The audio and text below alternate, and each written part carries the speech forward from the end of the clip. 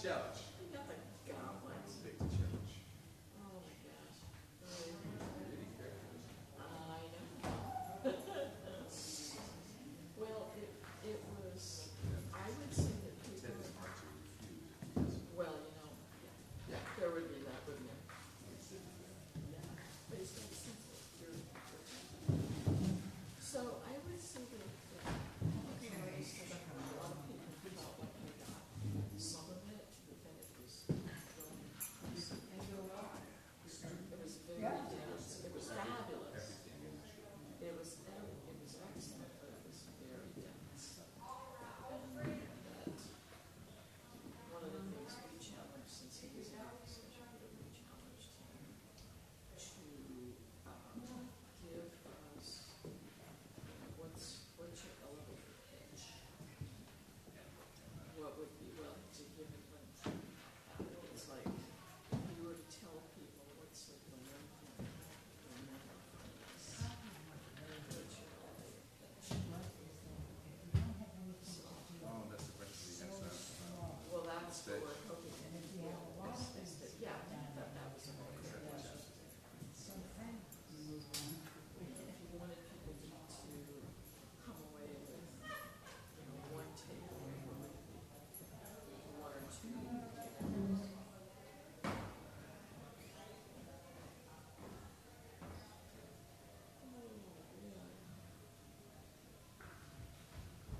Nice down at the park. Right in the spots.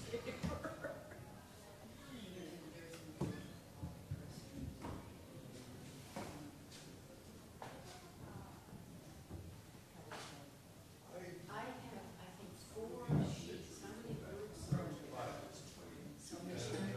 Oh, my goodness. How many have those 3 words? 22 years ago. Gosh, I'm so young. She did come up to me. Oh, I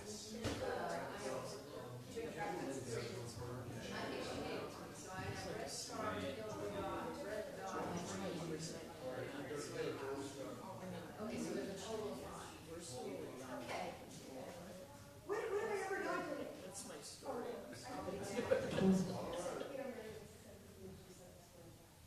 Yes.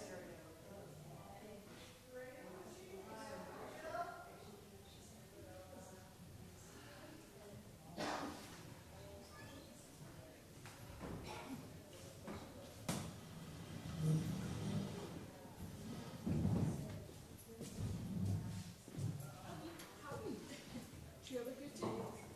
I did. Did you do anything fun?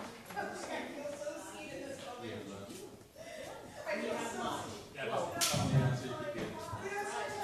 That's pretty cool. The highlight of today. Well, sure. It's 9 minutes. Duh. You got 9 minutes. I know. You were on Twitter for 9 minutes. Oh, my goodness. Anyway, be confident. This is, no, this is a book I contributed to in 2002, Yes.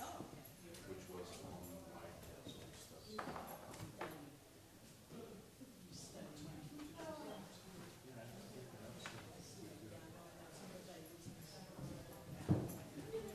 Well, she and I were talking about that. We review our circles and I go, Yeah. oh. Really, did I get that?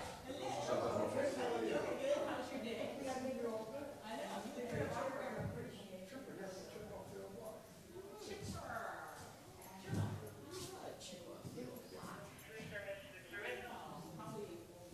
You've done good at setting it up. I haven't been here for 1 year, so You have. I had asked some questions.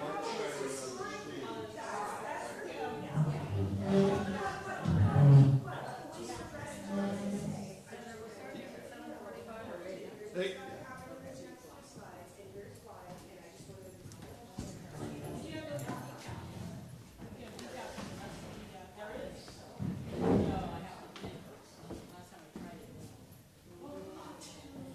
I want to be sure they don't fall off.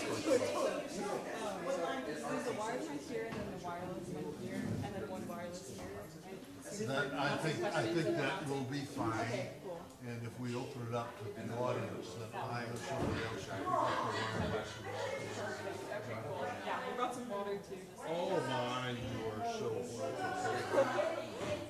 Oh, yeah. yeah, I'll turn this one off.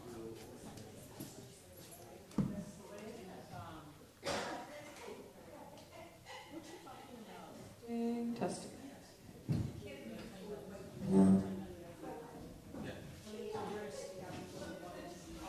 No, we're ready. Perfect.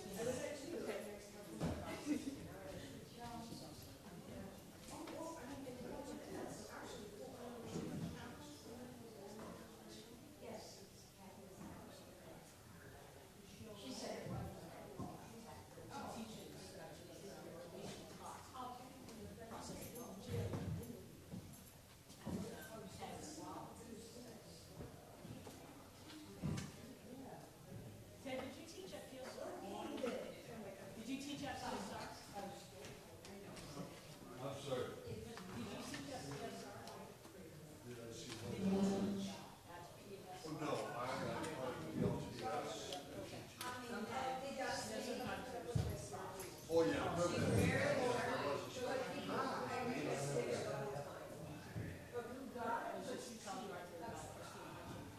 Oh, yeah, I'm good. Yeah. She was teaching our process theology. We're expecting to have this. I wish we had some sitting men in there. Maybe that's the next,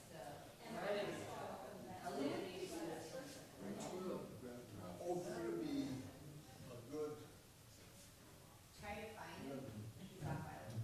17, 18 years ago. It's when they were, Well, you go, Paramount was winding down man. Star Trek. Well, They did about 4 or 5 of these clips. I was like, really? I didn't know. I get to do that. Oh, I just offered religious interpretation along with David Brand.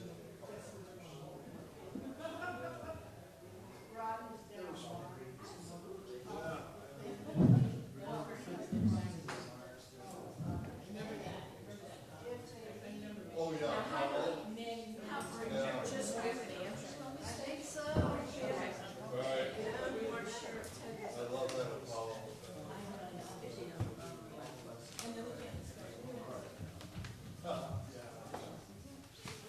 Hey, Karen. How are you? I'm good. Thank you. How are you doing? Okay, there you Now, I'm hardly gonna recommend you walk up the stairs and come out. I don't wanna see you fall off the stage. We don't want anybody. How you doing, Jennifer? Good. Are you ready for this? Ready or not? I feel totally unqualified to be asking these different We questions. don't need to answer. Okay. I like the dialogue you were having too. You can shut up and see what people think. Mainly for, they didn't all follow everything that you say. Sure. Yes. Yeah. No, I get that. Yeah. So, are you allowed to do that? The philosopher's truth. Yeah, but I usually. Well, just, the Are language is you a allowed problem to? because people, no, the terms are you're using them Because we differently. go to Lobster Pound. Yeah, touch it. Oh, hey, yeah, right. An observation. Every is summer, really so conference that you wait all year just for that, so you can't have lots for any other We time? did around we're all kind of, scholar Then you kind of get lots of. and lobster rolls. So we and go for 2 weeks attendees and who seem to be mostly retirees or interested places. Yeah, and stamp card. if there's some way you could say, you know, by prevention, I mean something like that to bring this, you know how to do it. Well, I'll do my best. But I thought you brought up great themes that are really important to me too. That's nothing about it. You know, I think that's a real problem. Yeah, I think Roger Because they Scruton, thought I they were think, not, they weren't you know, healthy. Yeah, they were. the purpose of philosophy is to get rid of this No idea melted butter. in some sense. Well, I grew up in Maryland. Well, that's in this whole business of AI, like, Yeah. just upload our brains Street into crabs, the I digital like Star sphere, Trek, that we us, always have the. no, we're not just brains. It assumes the real material. I would like to make an announcement real Here, fast. right? We are changing the time for the movie. This would be your, Great, I'm just making sure they know that. You're getting extra large, like a dozen. Yeah. Okay, I'm gonna go ring the bell. good. I need the bill. I'm gonna send you an email. Thank you. I just did a little piece on in memoriam film. You might like Thank it. you. I love moments. You know, the Times obituary was good. Did you see it? Yeah, it's really good. I'll send it to you. All right, well, when I get mine, just send it back and then I'll see what No, 7 years. I'll send I love it. It just came out today. Oh, nice.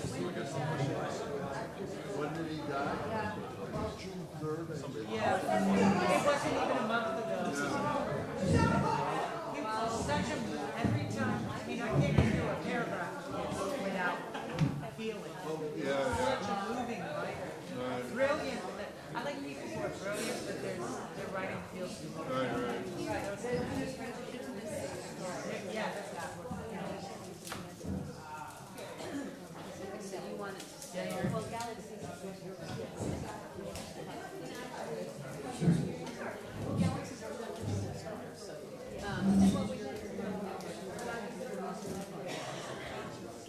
Good evening, everybody.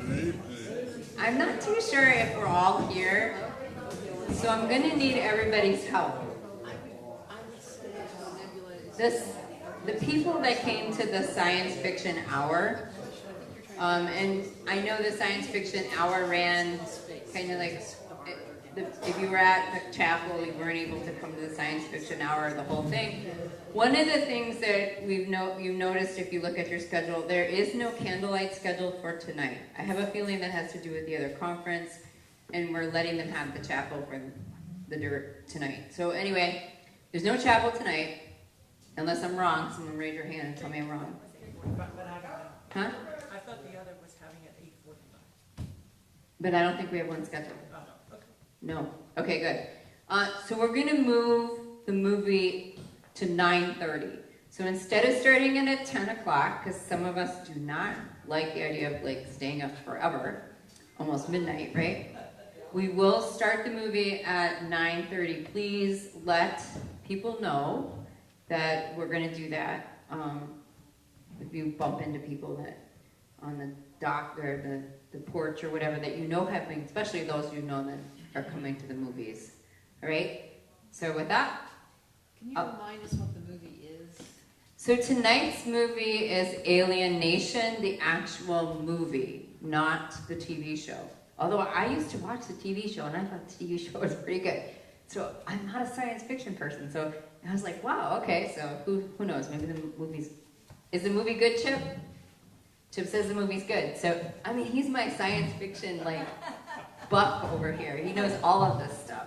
Before I even, when the movies get announced, he's like, oh, I've seen that one.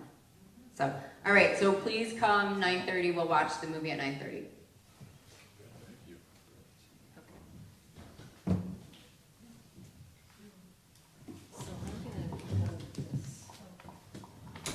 Okay, so are we ready to go here? Let her rip. And are we to be ending it at 9? Is that, what's the goal here? Between 9 and 9:15. Okay. All right, so so are we streaming also right now? Yes. Okay, hello The people. whole world is watching. The whole world, okay. Greetings for those of you who are watching online. My name is Jennifer Wiseman, and I'm going to be talking with and kind of interviewing Andrew Davis, who gave us the plenary talk this morning. and told us all about anthropocosmology or something of that nature. Anthropocosmic, oh my gosh, okay, I'm already losing it. This promises to be a very interesting conversation because I have questions here from all 5 of the groups, and I think I'll just dive right in. So, several of these groups has some challenges in understanding some of the concepts you were presenting because they're difficult and they are deeply embedded, and a lot of folks here have not been trained to think about hardcore philosophy, theology. We don't even know what process theology is. So first of all, could you give an elevator speech about what process theology is to begin with? Yeah, sure. Thank you, and hello everyone. The process theologians dread that question. We've always have dreaded it. The way we think about, one way of understanding that is, and I can maybe connect it to something you said in your presentation, is talk about cosmic activity. This is a term that you use many times. Process theologians view reality at its most fundamental level as a verb and not a noun. Reality is made of verb-like entities rather than noun-like entities. Whitehead, for example, who I mentioned quite a bit, one of his understandings of existence is activity ever moving into the future. So whatever we talk about when we mean existence or reality, we're not talking about something static.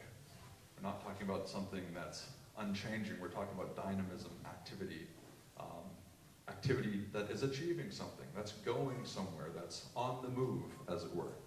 Now, all I said there could be applicable to what's called process philosophy and may not involve a theological conception, but process theologians are those for whom that conception of reality is also taken up into the life of God. So contrary to classical Greek notions that God is wholly immutable, namely unchanging, unfeeling, unrelated to the world, process theologians think that's only partially true of God. But God too is becoming, is in evolution with respect to the world, is momentarily experiencing every experience that the world has experienced in this becoming activity. So the process element is precisely that notion that reality is on the move, and that the way in which we understand reality also implicates the way in which we understand God. And that was, I tried to express that by saying that cosmology informs theology. It'd be odd if it didn't do that. So when we understand a vast and unfolding cosmology, how does that reflect its ultimate foundation, its ultimate ground? It'd be odd if God were the great contradiction to that. So we seek a complementarity in that, and that process extends all the way down and all the way up. Very clear. Okay, got it. It was a little more than an elevator pitch, but... There's a little humor here in that this poor astrophysicist has been asked to moderate this conversation, so I don't But I sense we shared a lot in common, though, as well. I think so. We can get to the purpose question, etc. Well, let me go to, I'm going to go between the 5 groups and kind of cycle through, because all your groups have very good questions. So, talking about God, as you just did, how does your perspective reconcile with a traditional, let's say traditional Christian idea of God? How does your perspective of how you just described God compare to a kind of traditional Christian / monotheistic tradition? Yeah, I mean, I would say I have no issue with monotheism. Okay. I think what process theologians push against are the philosophical scaffolding in which the Christian classical doctrine of God was expressed. Again, these notions of utter immutability, impassibility, the notion that God does not feel or sympathize in some deep sense of the world process. Now, of course, Christian faith would qualify that in the life of Christ, etc. But I think one thing I mentioned is that the wonderful thing about the Christian or other religious traditions, at least in their theological depths, they've always been in dialogue with philosophical depths. But it's always been an open question as to which metaphysics, which theory of reality best expresses those fundamental doctrines. So I mentioned Augustine using Plato and Plotinus, for example, Aquinas using Aristotle. So process thinkers use Whitehead as a metaphysical framework to express the deepest doctrinal insights of Christian faith for the contemporary world, allowing for the data of the sciences to inform that, allowing for the data of various domains of human experience. So I just think that Christian faith is looking for a metaphysics, and that's been one long, beautiful conversation from way back when till now, but it's not a settled question. So process thinkers can reformulate a doctrine of the Trinity, certainly, on these principles. They've done that, right? A deeply relational doctrine of God. So it's been an open question about which philosophical foundations you're utilizing and transforming to express the relevance of Christian faith now for a contemporary world. Does that help a little bit? Yes. Okay. Say more, yeah. Yeah. Well, for example, if somebody wanted to communicate the inner scaffoldings of the incarnation, right? This has been a long and wild debate that is thoroughly philosophical in nature. And there's some Greek concepts that may not be applicable at this point in time. So it remains a question about how best our philosophy can articulate the world as we understand it, and how best it can re-express, I think, those deepest convictions that belong to Christian doctrine. I'm not saying a metaphysics determines Christian faith. I think Christian faith is grounded in historical claims, and as Whitehead would say, it's part of its genius for making its theory of reality subordinate to those claims in some sense. But there's a relationship there that's not settled, and in principle is not going to be settled, I think. Okay, let's bring this down to earth a little bit. All right, so there's several questions amongst the group about, okay, here's one from the Gold Star group. How do we apply this philosophy and theology to everyday spiritual life? And what do you mean by praxis? What does this mean for diversity and contemporary existence in our contemporary concerns and issues? Yeah, okay. Yeah, that's a good question. So every philosophical system struggles with how it informs your life and how it's lived out. In part, that's why I began with this essential notion that we are an anthropocosmic expression of this cosmos. That doesn't happen out there, it happens in here. And so part of that expression, as I understand it, is value. I think value is a part of this universal equation, and I've been bickering with many of you throughout the last couple of days on this. Amen. I think the way in which you live this out is to say that something of those primordial possibilities and values that predate your being are expressed in you, and that you are an exemplification, an actualization of a kind of value in this universe that no one could have foreseen. And that value creation forms an arc over your life as a mode of meaning, a trajectory of meaning that I think is really significant and practical. We're not isolated from the cosmos. There's no worldview in which that makes sense.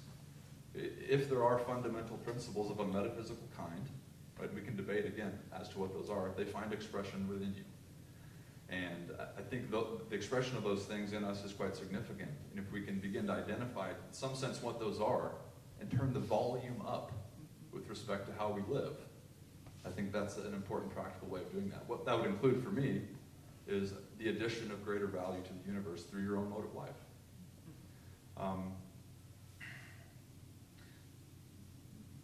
What are the things that bring us value? There's aesthetic value. Who was the musician I was talking to? Okay. There's rational values. All of science is built upon the presupposition that truth is worth pursuing. It doesn't invent that. It's there. We want to know truth and pursue truth. That's what brings value to our lives. Beauty and goodness. I mean, there's people's lives in terms of ethics and morality that make us almost bow before them, right, because of their goodness. These are all expressions of things that are deeper than just the human. If you don't think so, I think that's an anthropocentric claim. Again, it's restricting the modes of your experience, the most compelling parts of existence, just to your own life, and not, I think, neglecting the fact that there's wider domains of experience that are being expressed through you. You can see why I'm sort of a fan of purpose in this regard. Okay. All right, but let me ask a couple of follow-ups to that. Okay. So, if these expressions of goodness or those laudable descriptors you used are part of our expressing something that's cosmic, that's basically being expressed through us, isn't that also true for our less admirable qualities? So would you say that the horrific evils that we know go on this planet every day, committed by human beings, is that also some expression of the cosmic character there? How do you explain that? Great question. So we argued about this a bit in our group. All values come together. This is really a philosophical claim. Better and worse, goodness and evil, intensity and triviality, love and hatred. So all values are wedded. There's in the form of opposites, right? So we can think of better and worse. We can think of love and hatred. So certainly these are expressed in us, and there's something about the evolutionary process, this creativity, the ability to achieve high degrees of positive value necessarily bring with them the risks of their opposite. This is just as I think, a fact of this universe. But I don't think values, the opposites in values, are equal. So what we said in our group is there's the equal necessity of values, but there's an unequal status. For example, and this is what I said in the group, can't goodness include evil without being diminished, but evil not include good without being extinguished? Can't love include hate by its very nature and not be diminished, but hate not include love without being extinguished? So I think there's higher and lower values. There's a spectrum of values that are real. It belongs to a certain domain of the possible, and it belongs to the higher values to be inclusive and in doing so fulfill themselves. Now, I come from the Christian tradition. One good way of speaking about love is that it fulfills itself by including its opposite without itself being diminished. So, yes, absolutely, we can under-realize the values that are tangled with one another. But part of the beauty of the philosophical and the spiritual tradition, and in the ancient of days, of course, philosophy and spirituality were almost one and the same. It was a guide for life, a guide for practice. The ascent for human beings was towards the positive values and not the negative values. And I just think values are proclaimed to us. It's obvious to me. I know it's not obvious to everyone, but it's obvious to me that the world is, to use a fancy philosophical term, axiologically rich. The value quality of experience is there in experience itself. Whitehead would say your own experience is an aesthetic mode of feeling. Right? Those standards don't come from us. Again, that would be an anthropocentric claim. Controversial. Okay, let me ask another follow-up that's even more simplistic, but in terms of practical applications.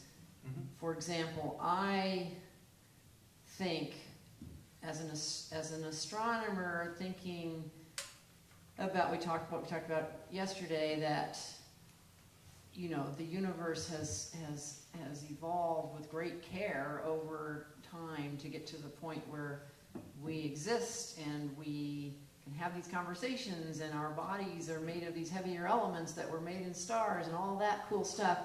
So I try in my own mind, when I encounter another human being, and maybe it's somebody that I don't really appreciate, or I don't like what they're doing, or I don't like the way they act, or something, but I try to remind myself how valuable that person is. They are the result of all of this amazing input of the universe.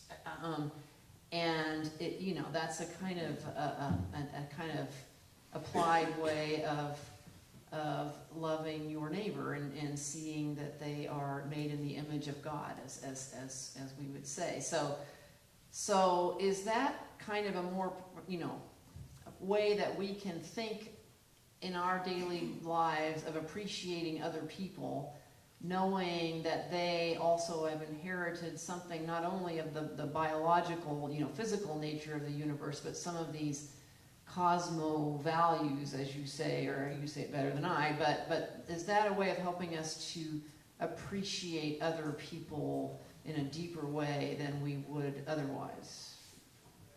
Well, I certainly think so. Okay. I mean, the base of ethics is that, in the deep sense, there's value beyond yourself, right? Yeah. The whole notion of intrinsic value, that something is valuable in and of itself. I think experience is of that kind. That's why I sort of tried to associate experience and value together in life. I think life itself is an intrinsic value. And I think I was trying to suggest, at least, okay, so it's a great question. What is life for? What's mind for? Well, I think mind is the context in which you evaluate the possible in terms of value. Life is the blended amalgamation of that in response to value. So I would agree here with Ian McGilchrist, and even Thomas Nagel, himself a great atheist thinker, right? Admittedly. He just doesn't want the universe to be that way. Of course, his idea of God is some busybody at the edge of the universe, which no real theologian has ever thought, even though there's somewhat fighting words. But I think it belongs to life to respond to value. In the domain of ethics, aesthetics, etc., is the way in which we do that. So I do think we're achievements of value in the universe.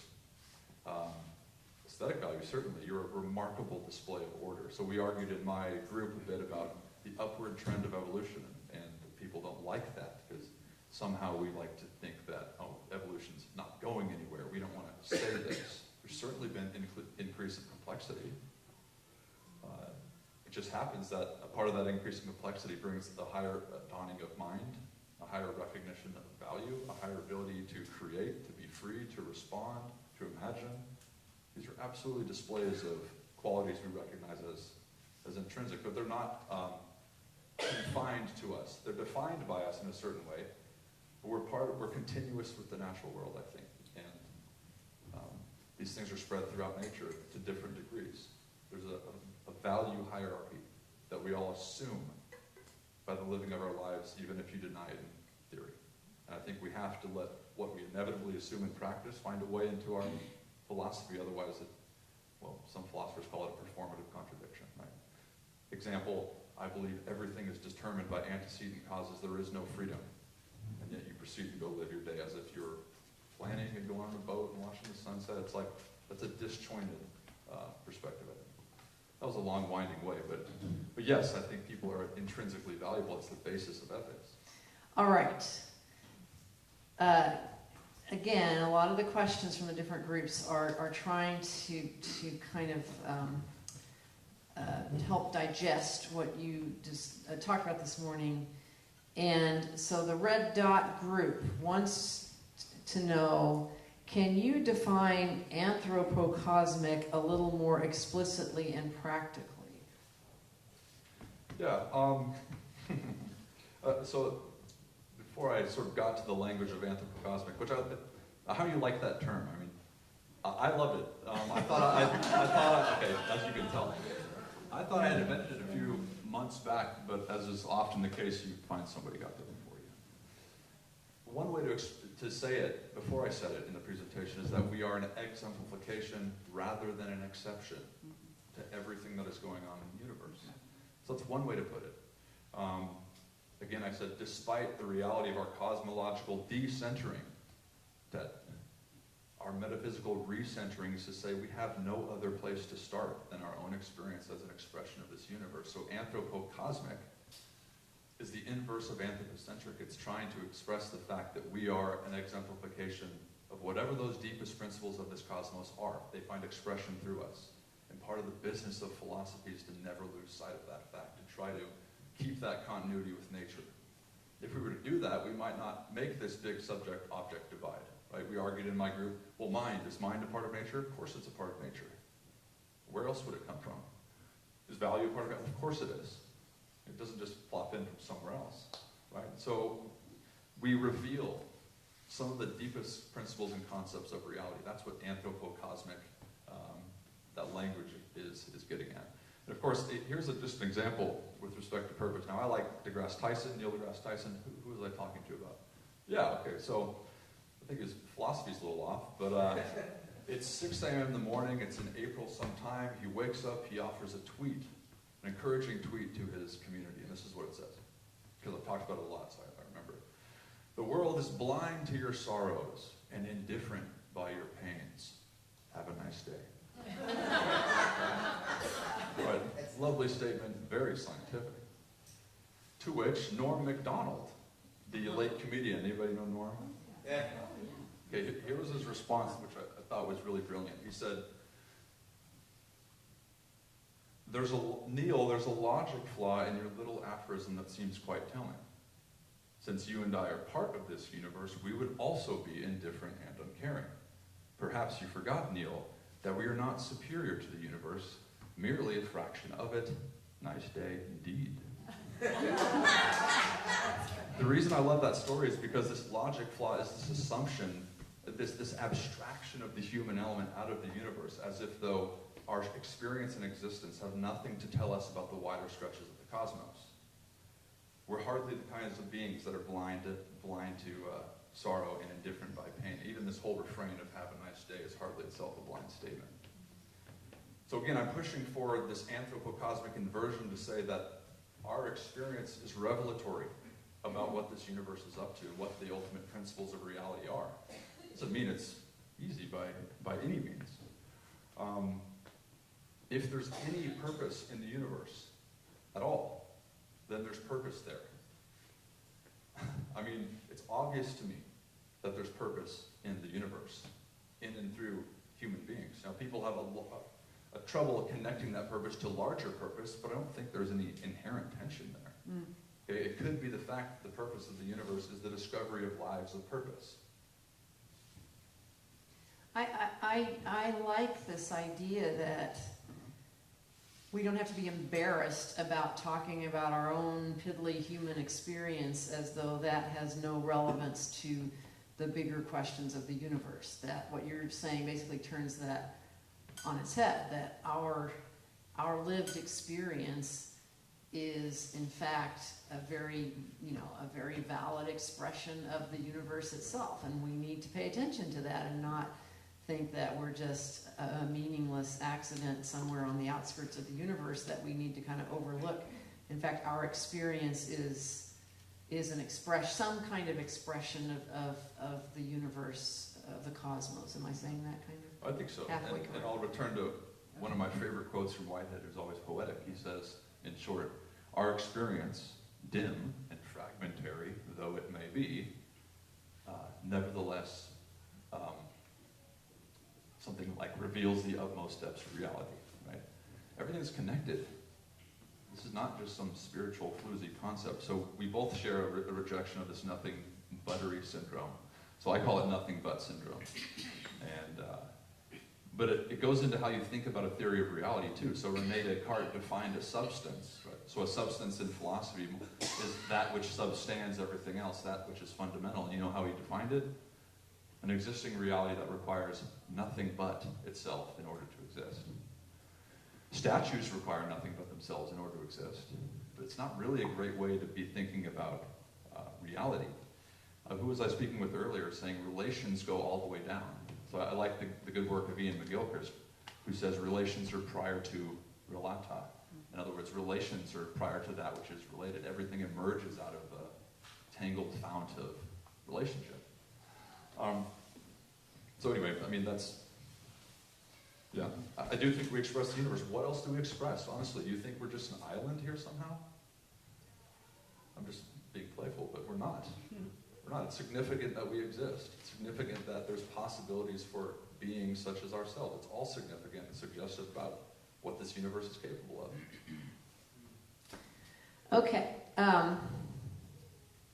Here's an interesting one from the red dots here. A lot of red dots out. There is a claim that has been discussed, in fact, at this very meeting, that we are evolving toward AI, artificial intelligence, and that may be the only thing that has long-term existence value. I don't know if that's actually true, but that's one of the claims that we discussed. So, is AI beautiful, and is AI a part of this anthropocosmic perspective? Yeah, that's a great question. I don't think there's any reason it couldn't be a part of it, but I think we should be careful about projecting all our lost hopes from our religious upbringings onto AI intelligence in some way. I'm all for AI, but the idea that an AI will someday pop into consciousness is mere fantasy. It really is. There's no evidence to suggest that. It's based on a kind of materialistic understanding of the universe, right? Or this notion that we can upload who we are onto a disk somewhere. Fiction, as far as I'm concerned. But I want to remain open, of course. So I think about AI as being an expression of some sense of our creativity. I'm not sure necessarily that it'd be an expression of the deepest principles of the cosmos per se, right? There is such a thing as, artificialities that far way below, or that fall quite below what the universe might be up to. So I think we are dealing with information processing systems. Intelligence is something much deeper than that, I think, and I'm not sure we're there yet. So I'm skeptical of that. I'm also skeptical of the transhumanist movement. Fair enough. I mean, I agree that with respect to going to other planets, we need machinery, etc. We will probably make contact with other civilizations, hypothetically, via our technology, since we face certain biological bottlenecks. It's not a great replacement for who and what we are, arguably. That's not to say we can't work with it, but I'm not so sure that we're going to deal with conscious robots. That assumes a lot about the universe, or at least the nature of things. Anyway, but I need to think about AI more, certainly. Well, if AI is sort of a natural part of the evolving universe because it's invented by humans who are a natural part of the evolving universe, or other civilizations, then it's not out of the universe. It's part of that same... Sure. It's part of the creativity of the universe as mediated through us. Absolutely. All right. Yeah. I don't know everything about AI here. I'm just giving you some of my intuitions. There's a lot of, the singularity. Good. I just am a little bit skeptical of all that. Yeah. And is it the case that, machines are becoming more intelligent, or are we becoming more machine-like? That's not necessarily a good thing. So again, we might invert that a little bit and be careful about it.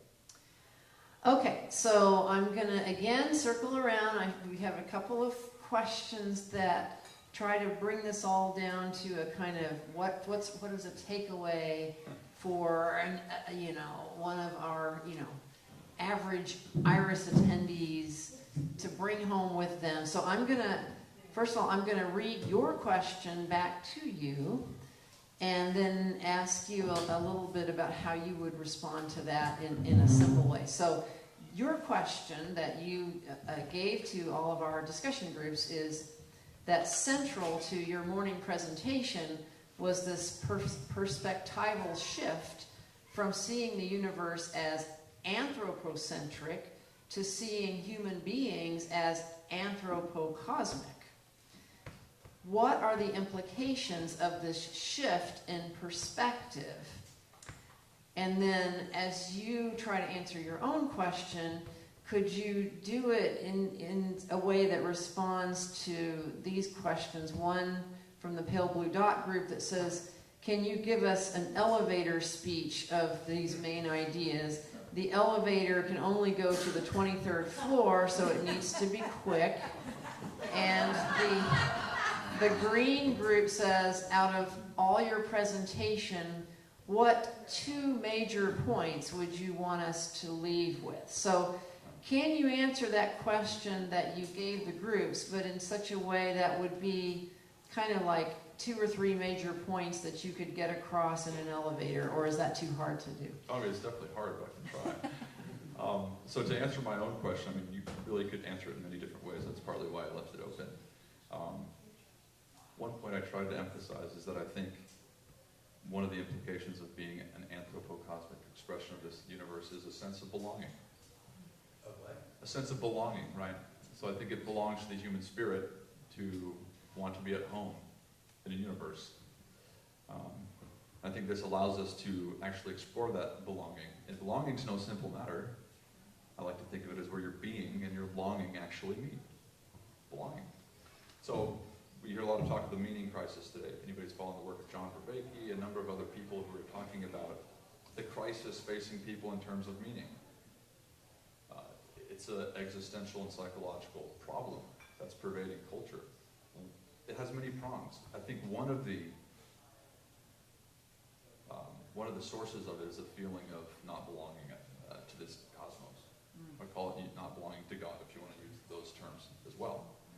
And I don't think anything can be further from the truth. We, philosophers, scientists, we have to be creative theologians in re-expressing our complete weddedness to this universe. And I think that's this sense of belonging to the universe is one that's deeply, deeply significant at the scientific level, at a philosophical level, at a spiritual level. That's one way I would answer that. Now, the next one was an elevator pitch about the main concepts. Yeah, what are the, of these major points, if you would want us to take away something, maybe something that we could reproduce if we're in an elevator with somebody else who asked us what were the takeaways from your talk, what would you want us to walk away with? Yeah. I think I would, again, go back to this, the anthropocosmic theme. See how often you can find people saying things or acting in ways that assume that they're utterly different in kind from what's going on. We find it quite a bit. Calvin, part of what I've been pushing you on in the last couple of days, we've been having a great discussion, is this tendency to bifurcate us from nature, to separate us from nature. If we're to truly see ourselves as natural as river, clouds, and rain, this changes how we see everything. We want to be careful. I don't want to be naively anthropocentric. Okay? There's certainly the ability for that to happen. But I just think that deep connectedness is something we have to not lose. And given the many crises we face, we have to reawaken it. Think of the ecological crisis, which is based in, again, this bifurcation that somehow nature can be used instrumentally. Right? All intrinsic value is in the domain of the human being, but there's no intrinsic value in nature. This is a deeply damaging concept. I mean, there's theological reasons why the ecological crisis has its pitfalls. There's also theological solutions. So that's one thing. What I wanted to say about the presentation in general, again, metaphysics is just difficult. I don't have all the answers to these things. As a part of a tradition, metaphysics tries in principle to see in a glass darkly, to quote Paul, those fundamental features that would apply in any and all possible worlds. We're not sure what those are, as opposed to, say, contingent features that find expression just in our cosmic epoch. Right? That might be the difference between cosmology and metaphysics. But it's given that definition that I said metaphysics is extraterrestrial. It looks for those principles that, although embodied here on Earth, far transcend Earth. The second point of practice is to say that if there's one living perspective elsewhere, right, and I assume most of us think there are, then we're extraterrestrials of a unique kind on this planet. And we're doing extraterrestrial metaphysics in practice. So what I tried to say is what those principles are, in some sense, are life, mind, and value. Right? And we can ultimate concepts in some way that are always embodied in this activity. So I don't think the universe is made of pulpy dead matter. It's made of dynamic activity that I think is better conceived as living rather than lifeless, right? Alive rather than dead. That would seem to make sense of higher living creatures such as ourselves.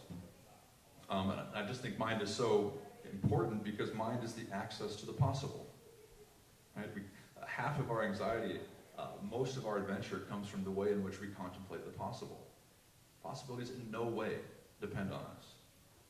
We evaluate them, we choose among them. You talked about the multiverse, all these many possibilities. One of the things in our group that we wrestled through is, what is it that limits possibilities? Okay, the fine-tuning, quote-unquote, of the universe, strong, weak force, gravity, electromagnetism, presumably didn't have to be the way they are. So why are they that way? How do we make sense of possibilities being limited? Here's a theological leap, and it is that. In our own experience, we limit possibilities through decision. And the realm of possibility shifts and shapes based on every decision you make so that new things open up for you. But it wasn't us who decided, presumably, that the strong and weak force and gravity, all that has to be the certain way it is. So was it a kind of decision? Something limited infinite possibilities so that a world such as this could emerge. Why did it do that? Well, in our own experience, we limit possibilities so that we can achieve moments of value, most of the time. And a lot of physicists would say that, no, without the certain delimitations on these fundamental constants, we wouldn't likely have anything resembling ourselves or anything at all. It's a larger philosophical step to say that their limitations express conditions that would allow for possibilities to emerge. I'm all for multiverse too, but I don't think it, as you said, rids us of the idea that God is unnecessary, right? You know, most philosophers, John Leslie, Philip Goff recently have recognized that. If this isn't it doesn't get rid of the idea of God. We still face all the difficult questions back up top. Yeah. Meandering, but maybe that helps a little bit. Well, I think there's an interesting question.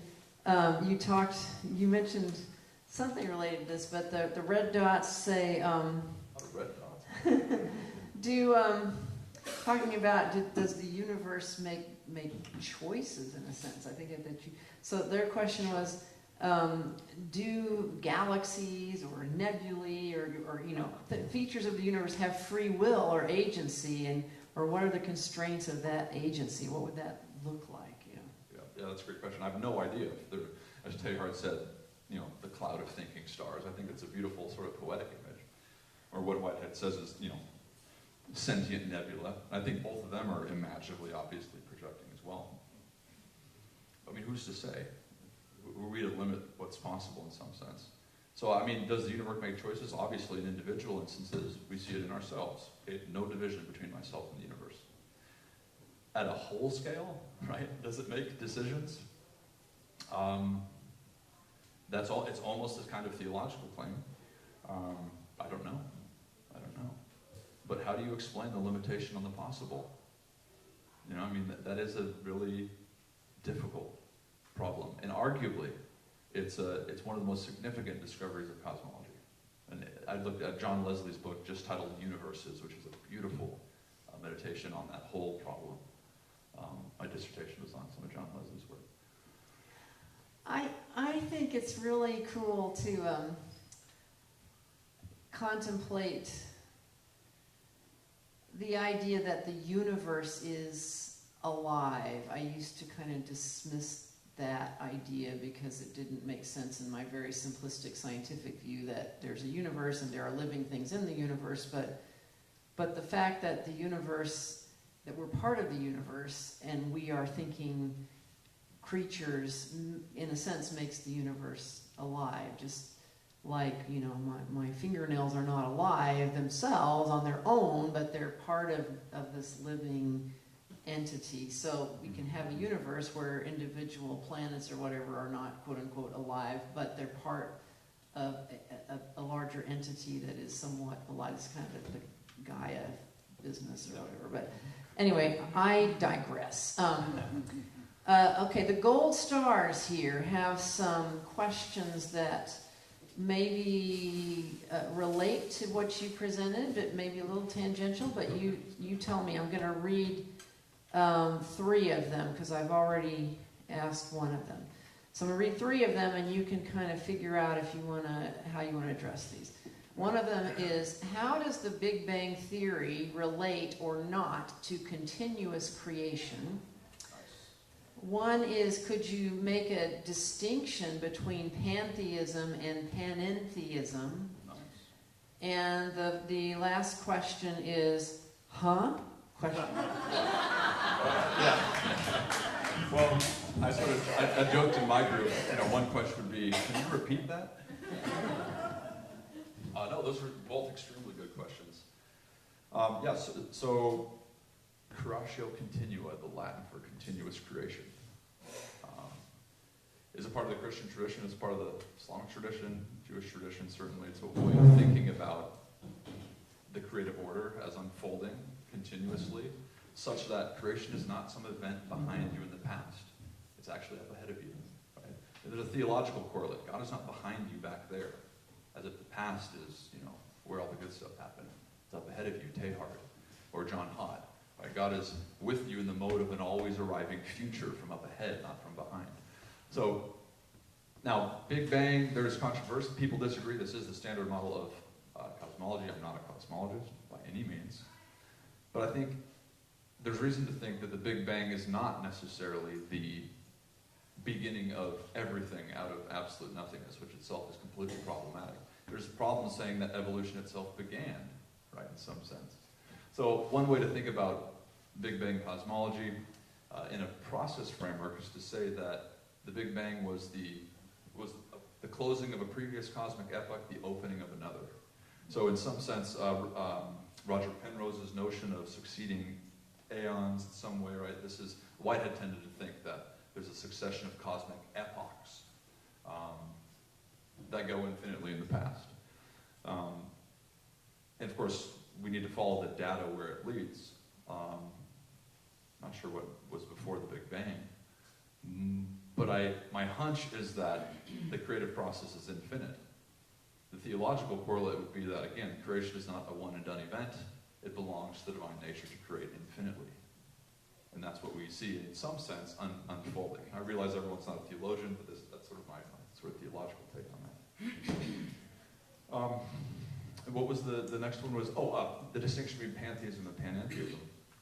And we can throw theism in there as well. So these are models of God. Theism generally insists upon a kind of dualistic relationship between God and the world. The world's not necessary to God. God could have not created. God and the world are separate, although God is supernaturally present.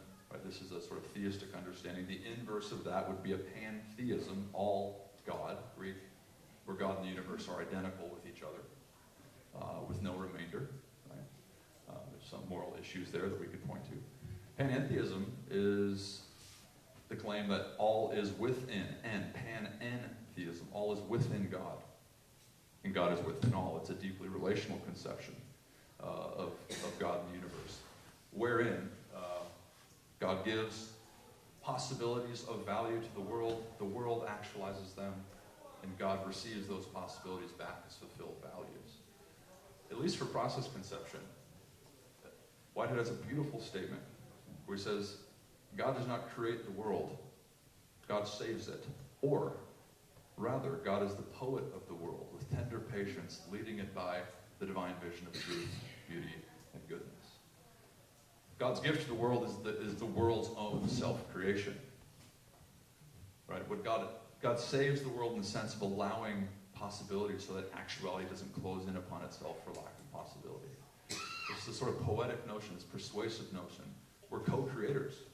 It seems to be the case in our experience. I think the divine is working at every level of creation in the mode of co-creation.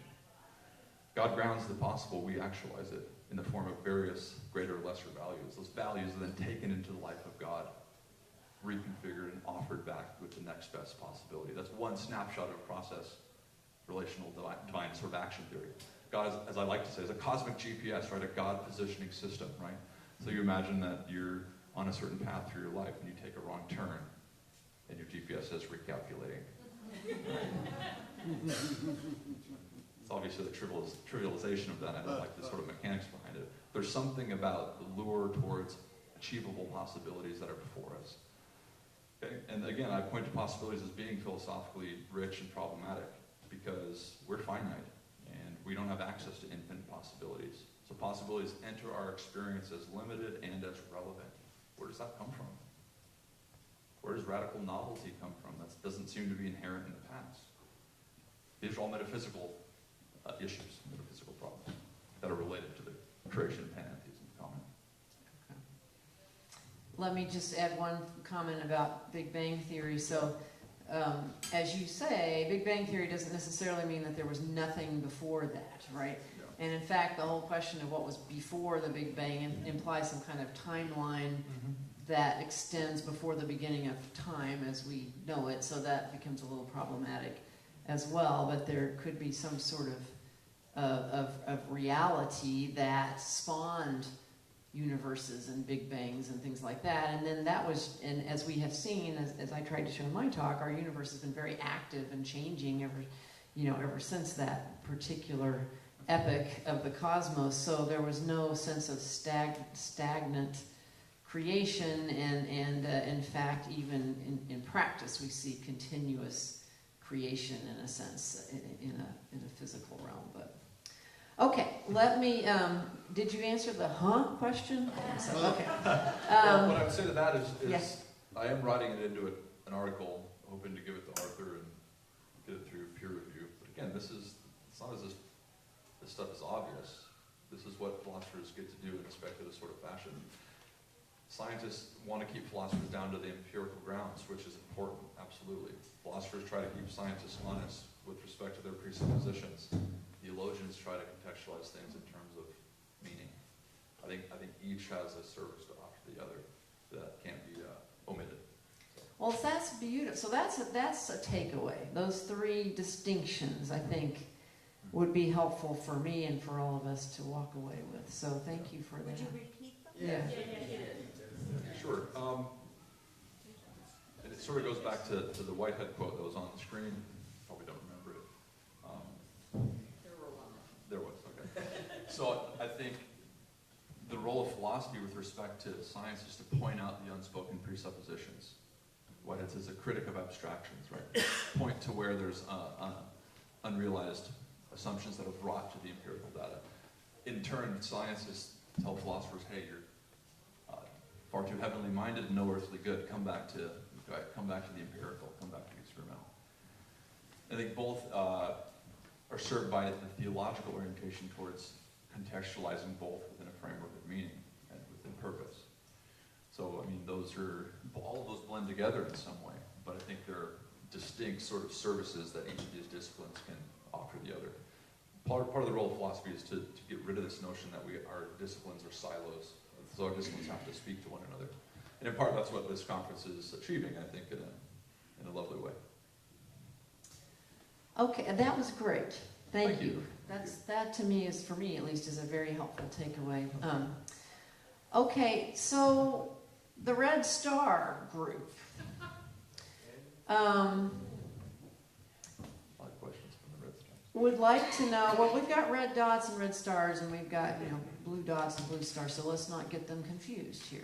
So our red stars here want to know if we're starting to think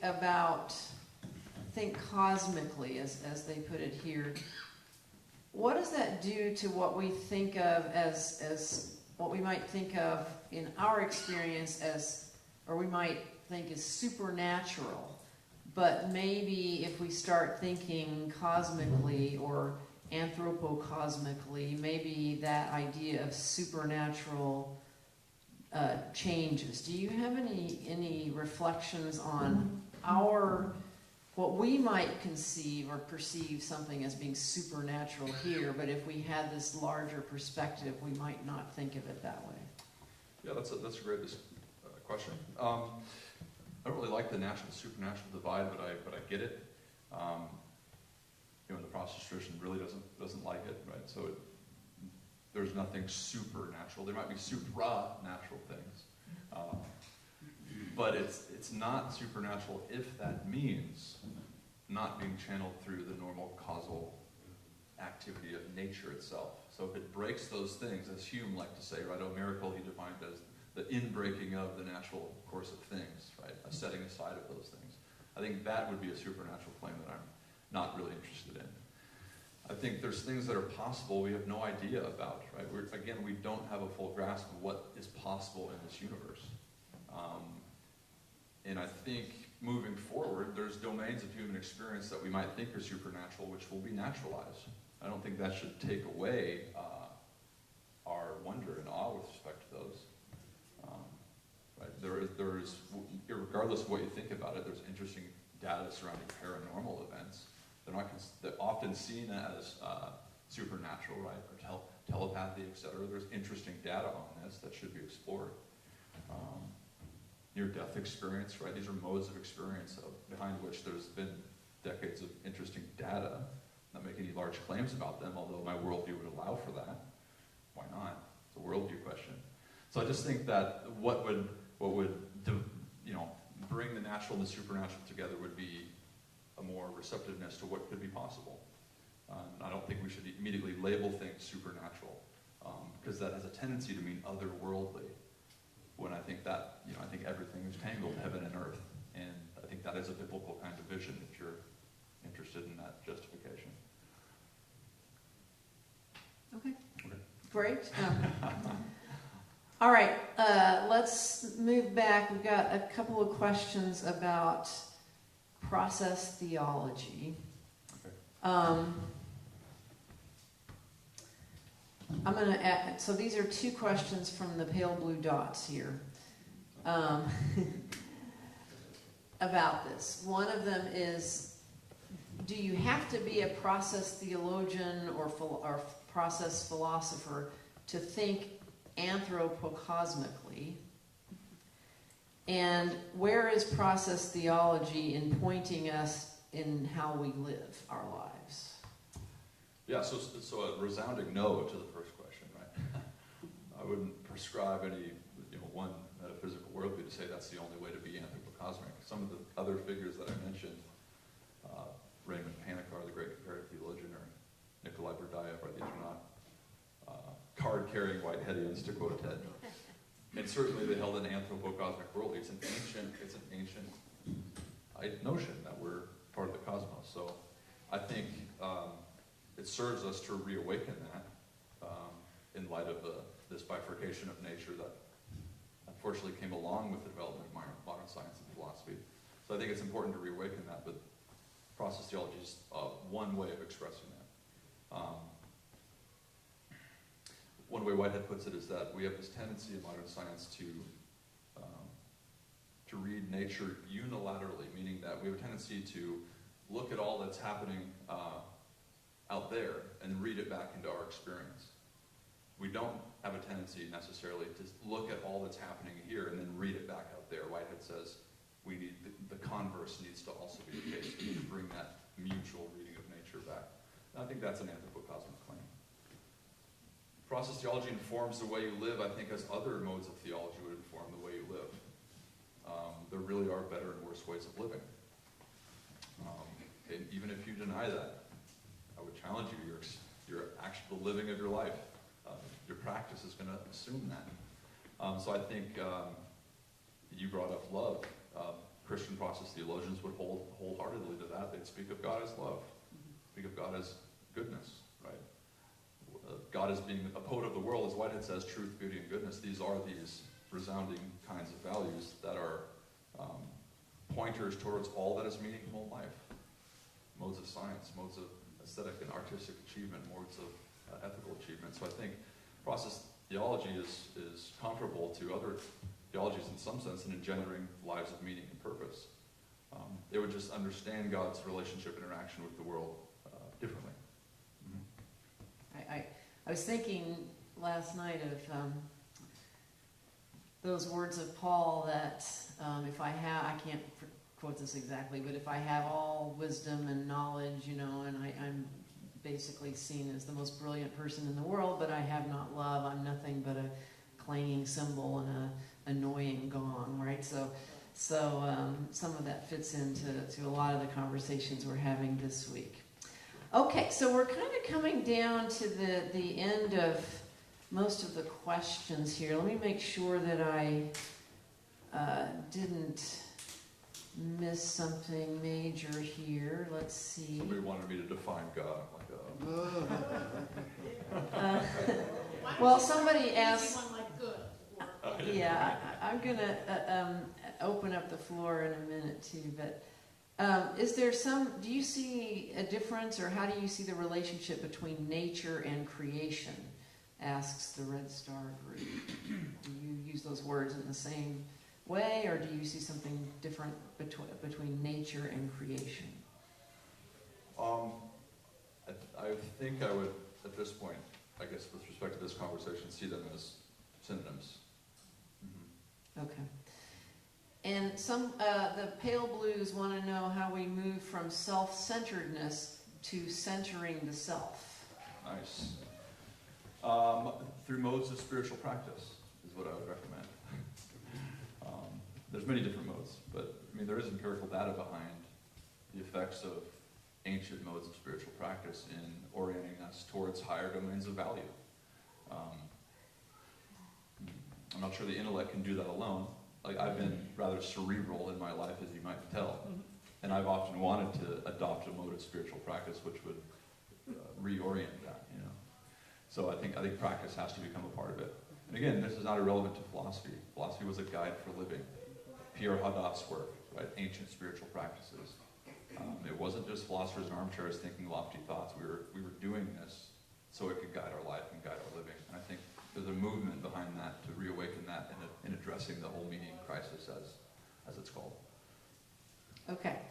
I want to pull this all the way back full circle to the theme of this week, which is thinking about humans possibly leaving Earth for longer periods of time in the solar system, maybe even colonizing parts of the solar system, and also our quest to see if there's any kind of life already existing beyond Earth, either in our solar system or in other exoplanetary systems.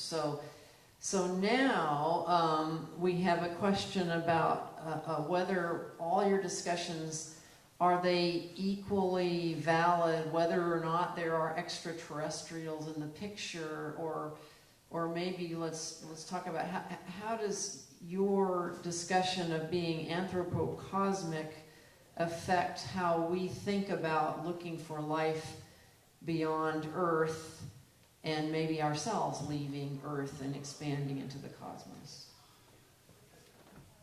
It's a hard question, certainly.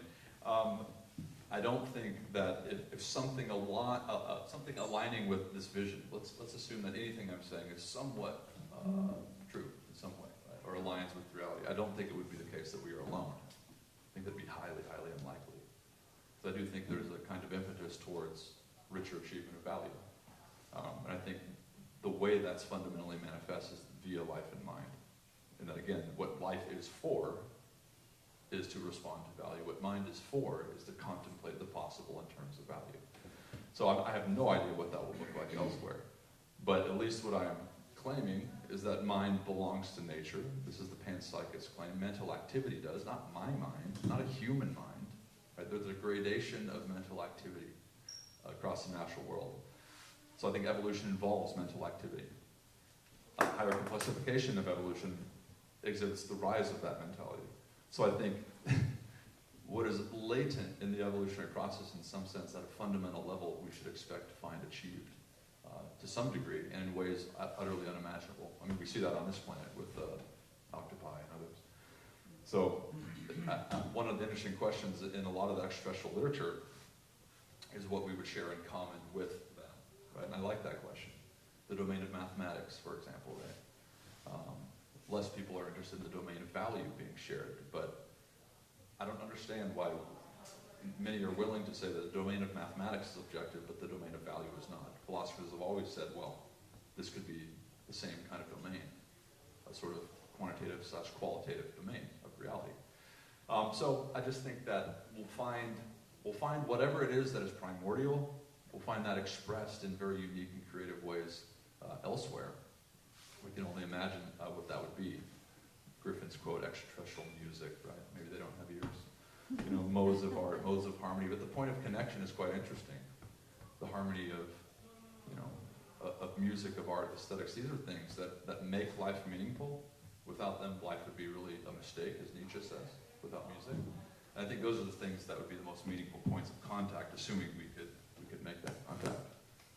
And maybe, having a more anthropocosmic worldview would change our motivations in a sense for why we are looking for life beyond Earth and what we expect to learn, or why we're looking beyond Earth anyway, even if we're not looking for life, trying to find value in whatever we're discovering, because we're all,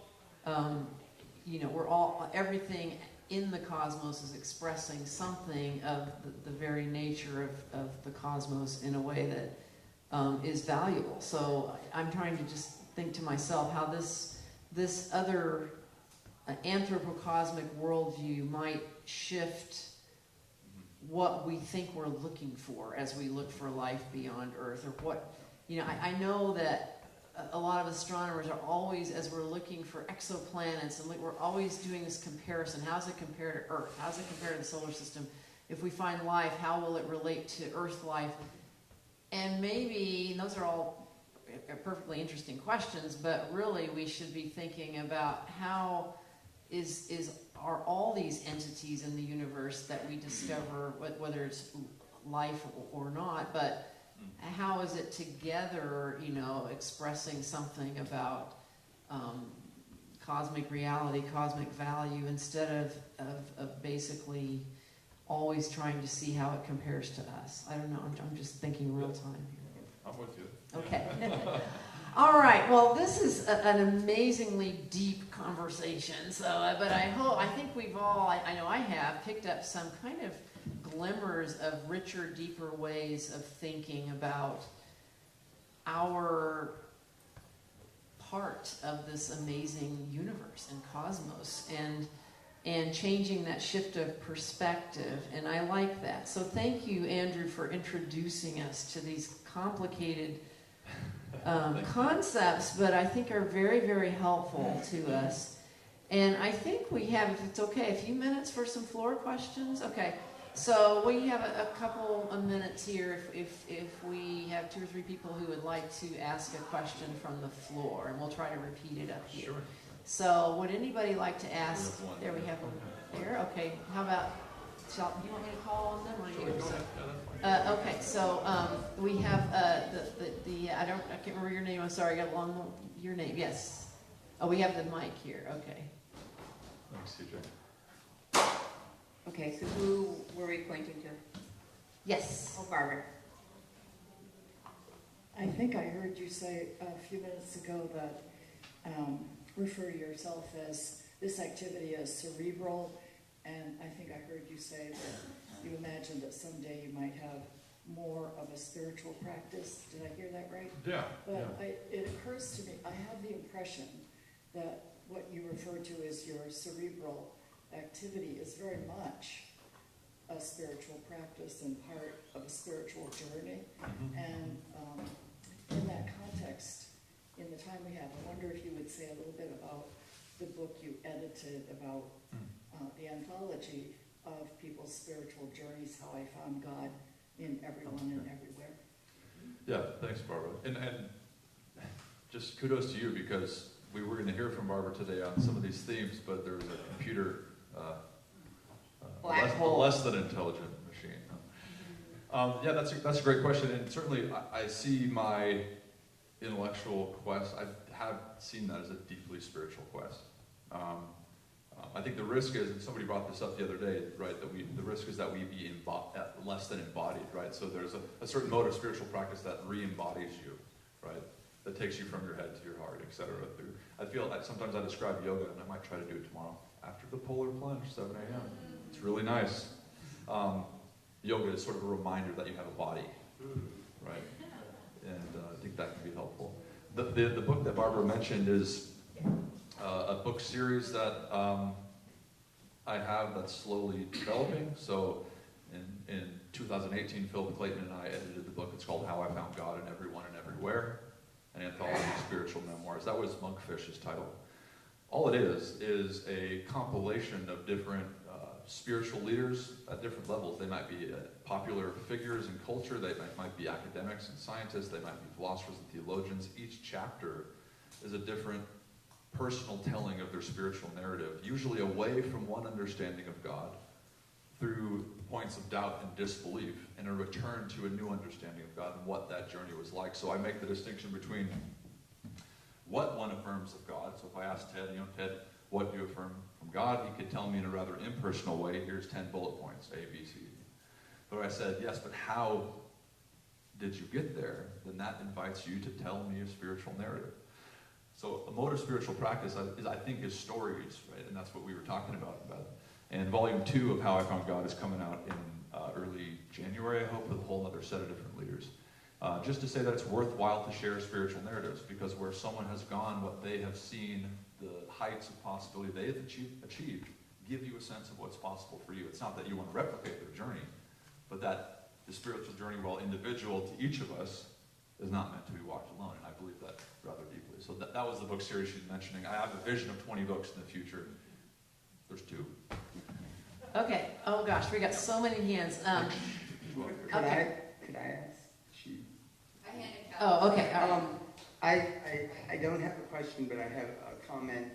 As a practitioner of psychology and psychiatry, I would like to thank you and hope you're successful. That your anthropocosmic brings that sense of belonging that just has been missing historically for centuries. I think psychologically, that's a gift to humanity. Thanks, Colin. I appreciate that. I'm going to let you choose your Oh, own. well, I just see Schwab's hand has been up for a while. Sure, So okay. Andrew, thank you so much for your presentation today and for your elaboration. I just wanted to ask. So I'm perfectly okay with philosophically entertaining process thought. I think it's internally has adequacy and coherency. What I was a bit stumped by was your apprehension with AI. I would think, given panpsychism, process theology in the mix, I think AI developing some kind of consciousness, given that it's already absorbing from all of us, I think that could be a very natural outcome, given some of the points that you raised in your presentation. May I ask, what are the metaphysical blockages for you, for why you'd be so apprehensive about that? Yeah, I mean, that's a great point. I don't think in principle there's maybe metaphysical blockages, so it's a great point to bring up panpsychism and what that might allow. Panpsychism, again, is just this claim that mental activity, some sort of psyche, not consciousness per se, belongs to nature, right? So, but what's essential for panpsychism is that the organization of mental activities in compounding, unbelievably synchronous ways is what dawns higher modes of mental activity. How do we recreate that in AI? I'm not sure. I'm not saying it's not possible. So I don't think there's metaphysical barriers. For me, it's maybe a lack of my imagination. But I guess what I'm pushing back at is the quick confidence, the quick faith that this will happen and happen somewhat soon. So there's a pseudo-religious nature to that. But I take your point, certainly. I don't want to put limits on the possible in that way. I'm trying to remain human, though. Right? Okay. Again, I love the transhumanist discussion, but are we human yet? We're still trying to figure that out. Does time transcend our humanity, or have we not quite arrived at our humanity? I'm just being playful there. And we were discussing this over the dinner table, but are we getting back to the, nothing buttery cautions from yesterday? Are we reducible to intelligence so that AI is basically the essential of what's important, and yet we are embodied in perhaps there's something more important than our intelligence? In many cultures in history, it's the human heart, not the human brain, that's been valued, and our embodied experiences are very important. So that's a different conversation, but anyway, gotcha. Okay, more questions. Yeah, we'll go Karen and then to the back. Okay. Sure. Thank you. This may be too big a question, but you have I love big questions. Thank you. You haven't addressed in this particular presentation incarnation and resurrection. Yeah. And I know that's probably Teilhardian, but can you just give us sort of an idea of how that fits into this philosophy? Yeah, that's a great question. Very, very difficult. We were literally just wrestling through this, and that was the right term at dinner. So, again, Christian faith utilize a variety of different philosophical notions to express what happened at the incarnation, right? Language of person and homoousos and hypostatic union and this unification of the divine and the human without the human becoming swallowed up in the divine. They use various concepts to do that. I think process theologians have written Christologies, and they have creatively applied these kinds of principles in expressing that. Resurrection is a hard one. We were literally just wrestling with it. It's one of those things where you say, you remember was it a centurion or someone walks up to Jesus, I believe, but help my unbelief. I think that's the ping pong with this resurrection claim. So I certainly wrestle with that, but there's nothing in principle that would bar these kinds of ideas from shedding light on that in some way. One of the things we said at the table at dinner was, it belongs to the Christian proclamation to answer the question of resurrection with a yes, which is an affirmative yes. But working out what that yes involves and how that yes happened and why it happened and what it means, this is part of the part of the wrestling with God that is part and parcel of the Judeo-Christian tradition. So again, Christian faith utilizes not just philosophical principles of experience as well, but to the extent that it wants to doctrinally express these things, it has to draw fruitfully from philosophy. And this is a philosophy that would allow Christians to do that, and many process theologians have done that. So that's grazing into it. But yeah, great question. Okay, let's take one more from the floor. I think there was a gentleman right back there. Yes, he had a question. Free will. Is there a process theology position on free will, and do we have the ability to choose whether we're going to do a right action or a wrong action, so that it's meaningful to punish us for doing the wrong action, as the conventional wisdom has it, about going to hell for a long time. That's, of course, Unitarian jaundiced view of conventional theology. But we want to know what's the story with free will? Yeah. Answer free will question Sure, in 30 seconds. Am I free to do so? Process philosophers and theologians are all for free will. Okay, free will is one of those hard, core common sense notions. It's what I like to call a presupposition.